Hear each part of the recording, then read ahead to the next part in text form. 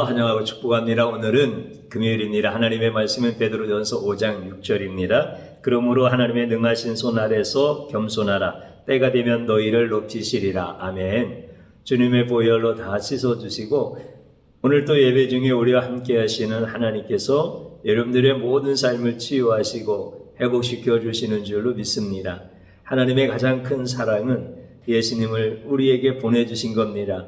죄악 가운데서 죽어가고 죄악 가운데서 상처난 인생을 살아갈 수밖에 없는 우리에게 예수님이 오셔서 모든 죄를 대속해 주시고 우리의 모든 삶을 천국이 멀리 있는 것이 아니라 천국이 가까이 있고 천국이 나의 삶 속에서 동떨어져 있는 것이 아니라 예수님이 곧 천국으로 우리에게 오셔서 이 땅에서의 모든 삶 가운데서 천국의 삶을 누리게 하시는 것, 이것이 예수님으로 인하여 우리를 치유하시는 하나님의 사랑이십니다.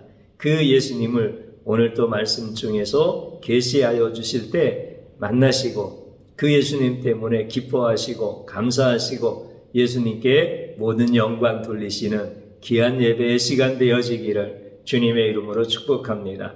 우리는 성경을 읽을 때 윤리적인 관점에서 읽으면 안 된다라고 하는 말씀을 많이 들었습니다. 그럼에도 불구하고 또 반복적으로 우리가 성경을 읽을 때 나의 관점도 아니고 윤리와 상식의 관점도 아니고 오직 예수님의 관점으로 읽어야 된다라고 하는 것, 그 이유에 대하여 오늘 또 말씀하실 때 그 말씀이 나의 고백이 되어지기를 축복합니다. 성경을 윤리적인 관점에서 읽게 되어지는 그런 이유들이 경건주의 사상이라든지 금욕주의, 분리주의 이와 같은 사상들로 인하여서 많은 사람들이 그 귀한 생명의 말씀인 성경을 읽으면서 예수님 관점으로 읽지 못하고 자기의 관점, 윤리, 도덕, 계명의 관점으로 읽게 되어진다라고 하는 것입니다. 경건주의라고 하는 것은 뭡니까? 영적인 부요함을 누리고 싶어 하는 것입니다. 영적인 갈망을 하는 것이 경건주의의 태동의 계기가 되어지는 것입니다. 주님을 만난 체험이 멀어질 때 반사적으로 영적인 필요를 채우고 싶은 이런 갈망들, 무미건조한 신학의 논쟁이 막 일어날 때 그 영혼의 메마름을 어디에 가서 호소할 수가 없잖아요.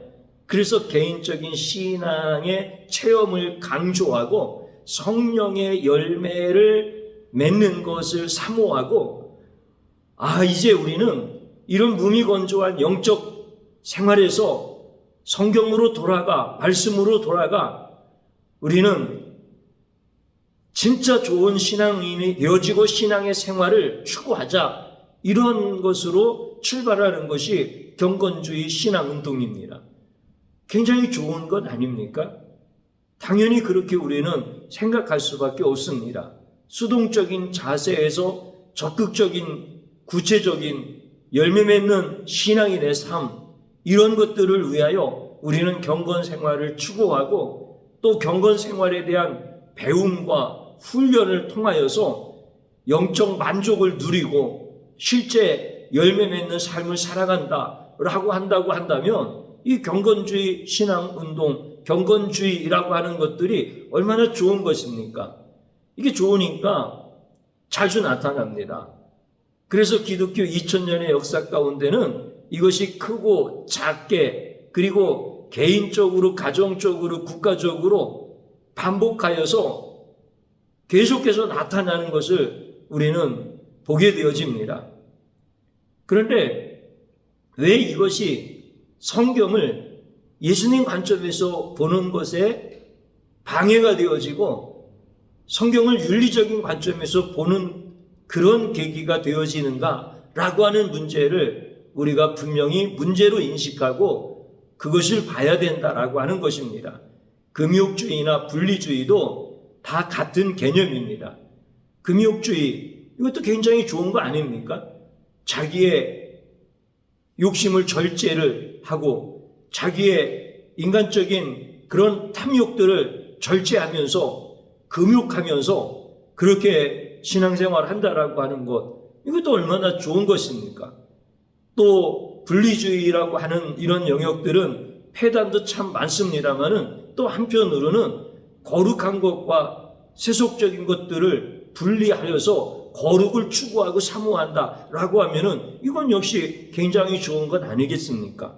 이런 부분들을 보면서 우리가 그것을 좋은 관점에서 받아들이고 장려하고 이렇게 하는 것이 더 당연한 것 같은데 왜 이게 성경을 예수님을 보는데 방해가 되어지고 오히려 윤리적인 관점에서 도덕적인 관점에서 보는 이런 일들을 조장하는 일들이 되어질까라고 하는 것을 오늘 우리는 정확하게 보자라고 하는 것입니다. 기독교 2000년 역사 속에서 경건주의가 계속 반복적으로 나타나는 부분들을 우리가 조금 더 구체적으로 보면 예수님에 대한 그 복된 소식, 복음이죠. 이것을 우리가 이제 처음 접하게 되어지면은 예수님이 얼마나 좋습니까?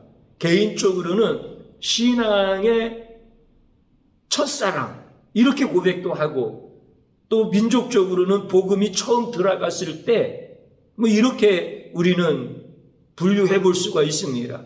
그러면 그때는 예수님을 만나는 그런 1세대들, 예수님을 처음 만났을 때 내 신앙의 그 인생 가운데서의 첫 시간들, 이런 부분들을 보면은 얼마나 참 좋은지 몰라요. 예수님이 나를 만나주시고 내가 예수님으로 인하여서 구원받고 그렇기 때문에 다른 것보다도 예수님에 대한 이러한 개인적인 신앙의 고백과 인격적인 예수님을 만나는 사건들로 인하여서 가슴이 뜨거워지고 예수님을 깊이 사랑하는 이런 열망이 막 일어나고 이런 것들이 전부 다 신앙의 1세대라든지 개인적으로 볼 때에는 예수님을 만나는 그런 사랑의 시간들, 이렇게 말할 수가 있는 것이죠. 그래서 민족적으로 예수님을 받아들이는 복음이 전파되어지는 이런 시간들 속에서 1세대들은 다 예수님을 만납니다. 그러면 그때는 대개 어떤 사람들이 예수님을 믿고 예수님을 만나느냐면 복음이 처음 들어가면은 항상 핍박이 있었지 않습니까? 그래서 그 핍박이 있을 때 대개 어떤 사람들이 예수님 앞으로 나와서 예수님을 영접하냐면 성경에서 세리와 장녀와 죄인들과 이런 사람들이 예수님의 사랑 안에서 놀라운 은혜를 경험하는 것처럼 어려웠던 사람들, 또 죄인을 깊이 깨닫고 자백하고 이런 사람들, 자기가 죄인이라고 생각하지 않는 사람은 예수님 앞에 나오지를 않겠지요. 그런데 뭐 술을 먹고 주정을 하면서 자식과 자기의 처를 막 때린다든지 또 어떤 경우는 삶이 너무 힘들어서 도둑질을 했는데 양심적으로 너무 괴롭고 이거는 인간다운 삶이 아닌 것 같은데 예수 복음을 듣고 그 앞에 가서 자기의 죄를 토설한다든지 뭐 이런 사람들이 예수님을 깊이 만나면서 굉장히 많은 은혜를 입고 야, 나 같은 죄인도 천국에 갈 수 있구나. 나 같은 죄인도 이제 올바른 삶을 살 수 있겠구나. 이런 은혜 때문에 너무 감격하고 또 가난하고 힘든 사람들 예수님이 도와주시면은 잘 살 수 있겠다라고 하는 이런 또 믿음을 가지고 예수님에게 매달리고 뭐 이런 과정들, 핍박도 있고 가난도 있고 죄인이라는 깊은 탄식도 있고 이런 가운데에서 예수님을 만나는 거예요.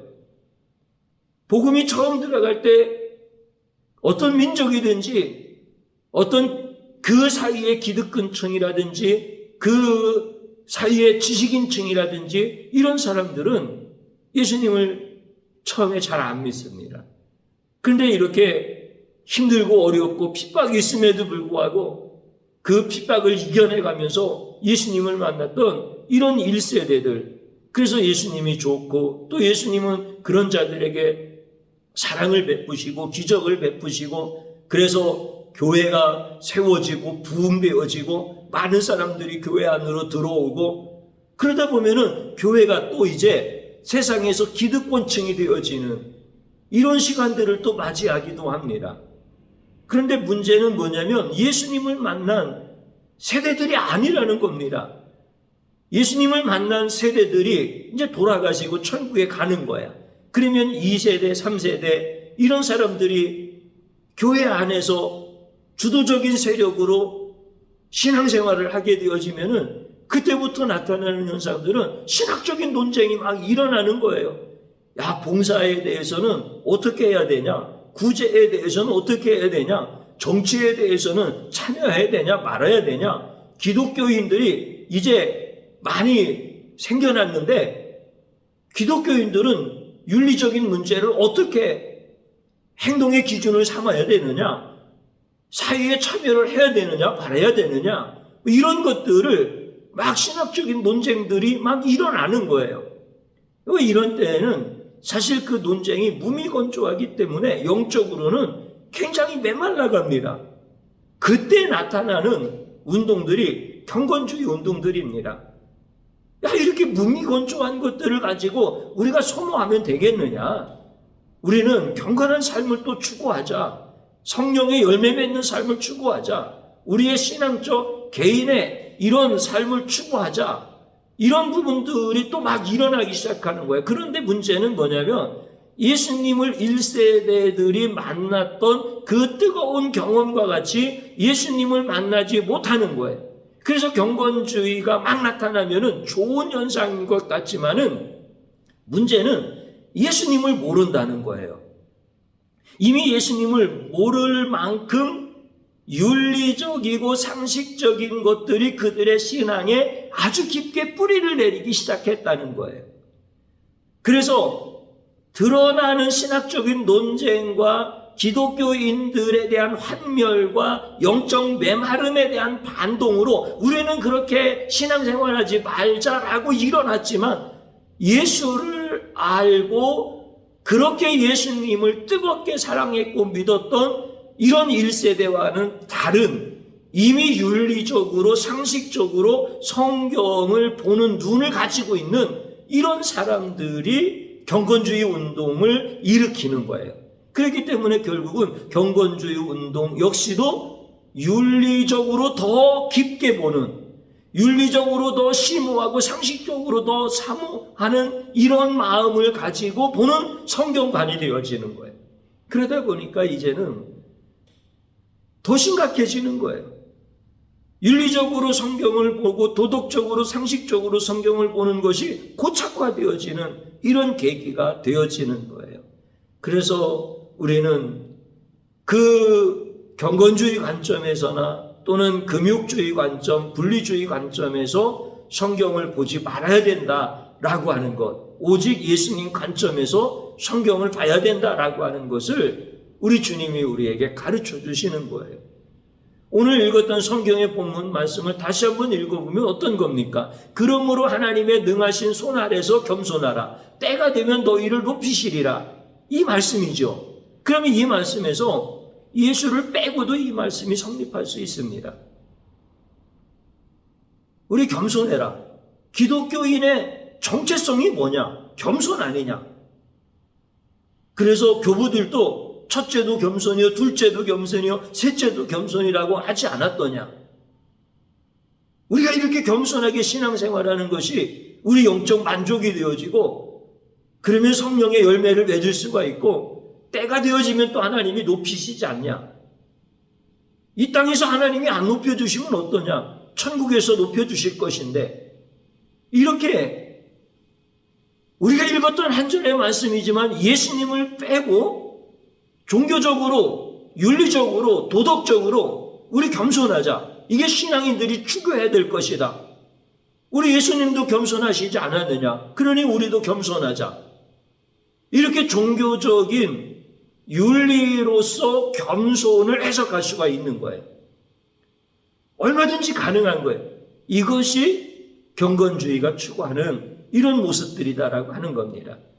그렇기 때문에 결과적으로는 이 성경에서는 예수님을 말씀하려고 하는 것인데 그 예수님을 말씀하는 것을 찾아내지를 못하는 거예요.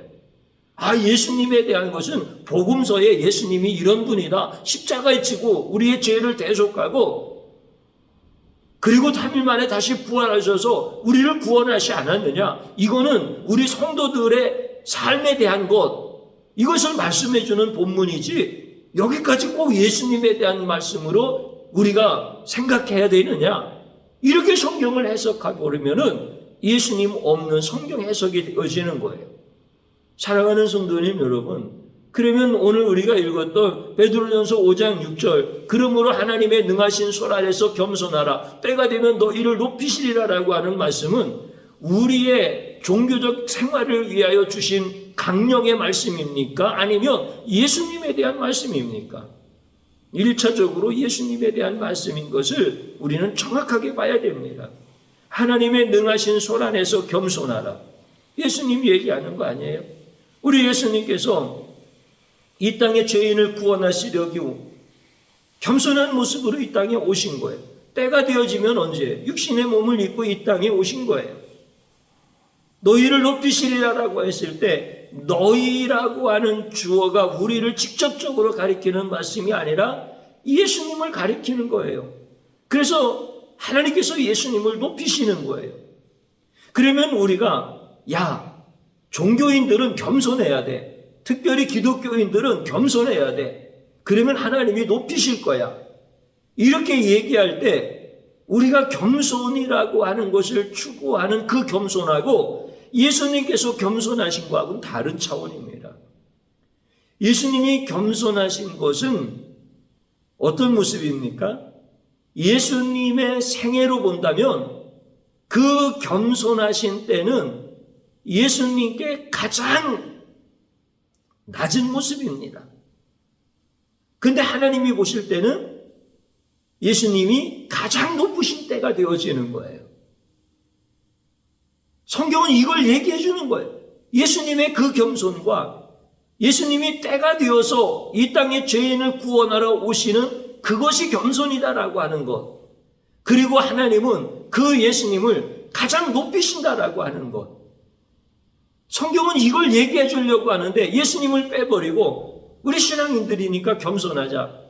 사람들 앞에서 고개 많이 숙이자.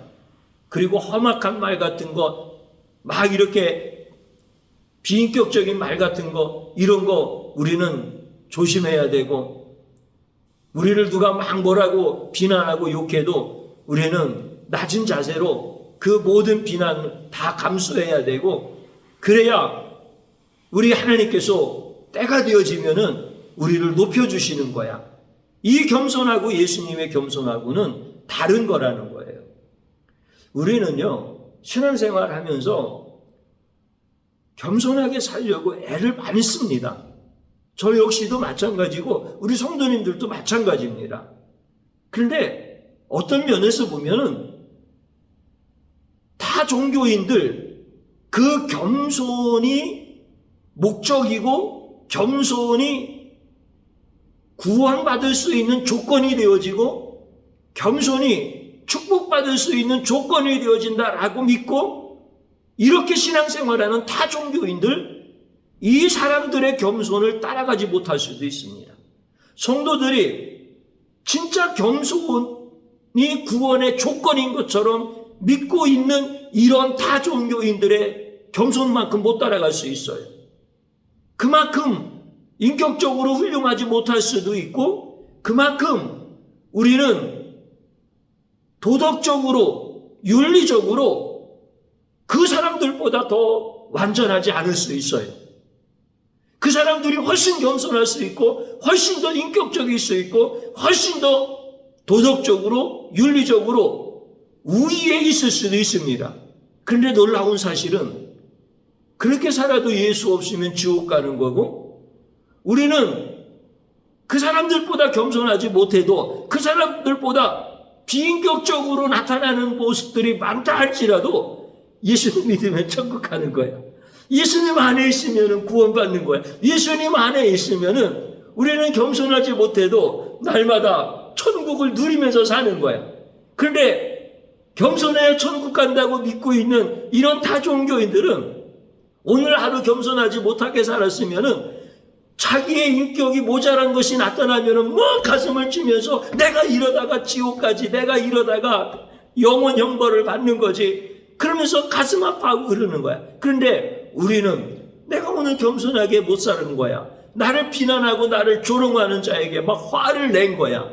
그래도 주님, 내가 오늘 또 주님의 그 은혜를 내가 잊지 못했고, 주님의 그 사랑을 깨닫지 못했고, 주님이 나를 그렇게 사랑하시고 주님이 그렇게 지옥 갈 나를 건져내셔서 천국의 자녀 삼아주셨는데 나한테 그렇게 막 몰아붙이는 자, 그 사람한테 내가 막 욕하고 대들었던 것 주님 용서해 주십시오. 내가 주님의 그 사랑을 그 사람에게 전하지 못하고 욕하는 것 용서해 주십시오. 그러면 주님이 또 다 용서해 주시고 내 마음속에 그래, 그러니까 내가 너를 구원했지. 네가 잘난 척하고 네가 거기에서 겸손한 척하고 네가 거기에서 인격적으로 훌륭한 것을 그 사람에게 보여주고 이게 구원이다라고 말했으면 내가 너를 구원했겠느냐. 우리 주님의 음성이 또 이렇게 들려주시는 거야.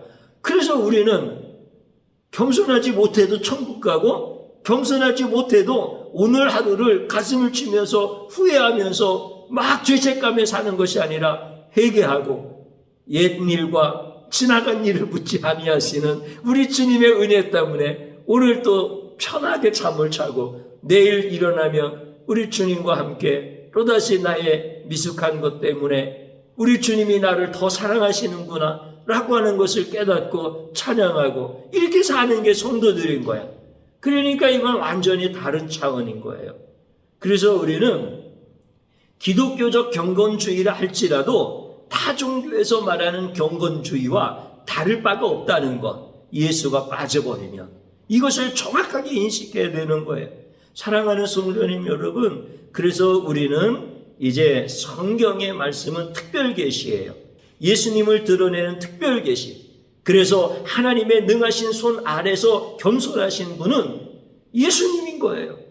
때가 되어지면은 예수님을 높이시는 그 하나님의 그 말씀을 해주시는 거예요.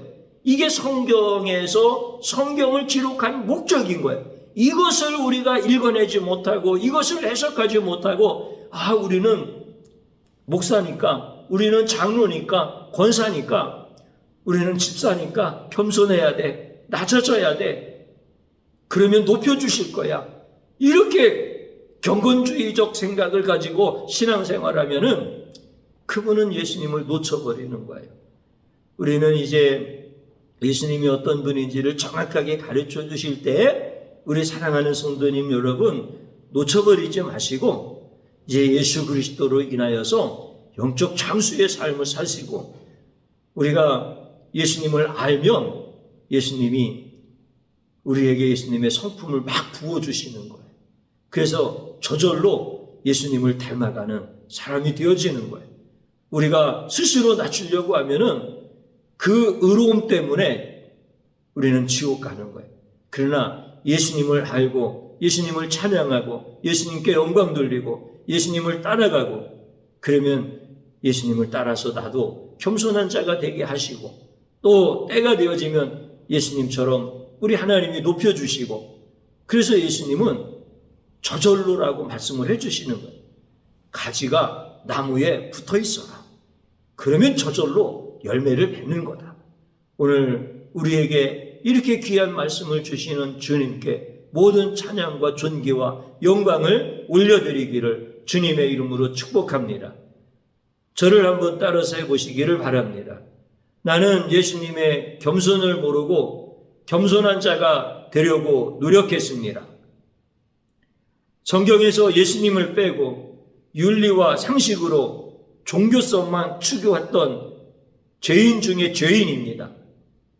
이 죄악을 용서하여 주소서. 주님 앞에 진실로 회개하는 것입니다. 또 한번 따라서 하십시오. 예수님을 증거하는 진정으로 겸손한 자가 되게 하여 주소서.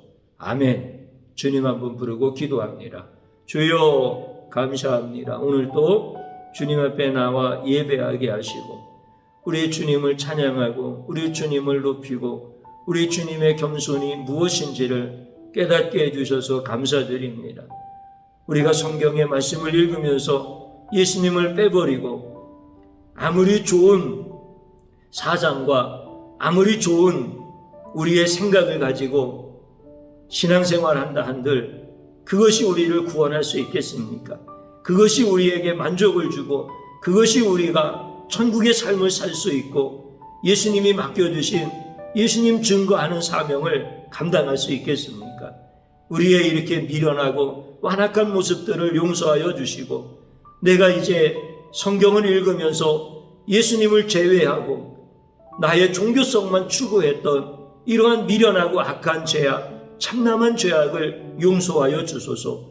내가 예수님을 알면 나머지 모든 것들이 다 예수님 안에서 열매 맺는 이런 삶을 살아가는 건데 예수님을 제외하고 내가 열매를 맺겠다고 이렇게 미련한 짓을 하였으니 주님 용서하여 주옵소서.